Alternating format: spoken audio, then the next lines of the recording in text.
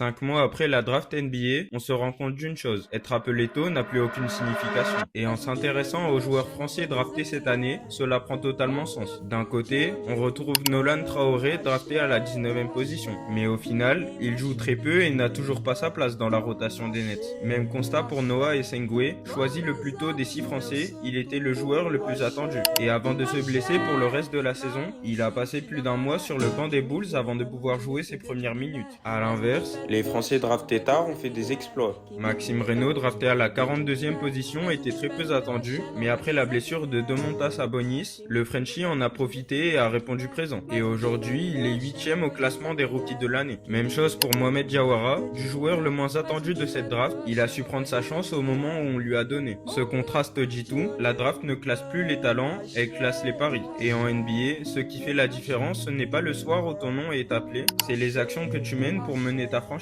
Et avant de t'annoncer la question qui tourne autour de cette draft, abonne-toi et dis-moi en commentaire lequel de ces 6 Français sera le mieux placé pour le classement rookie. Est-ce que le fait d'être drafté à une place haute a toujours un sens en NBA?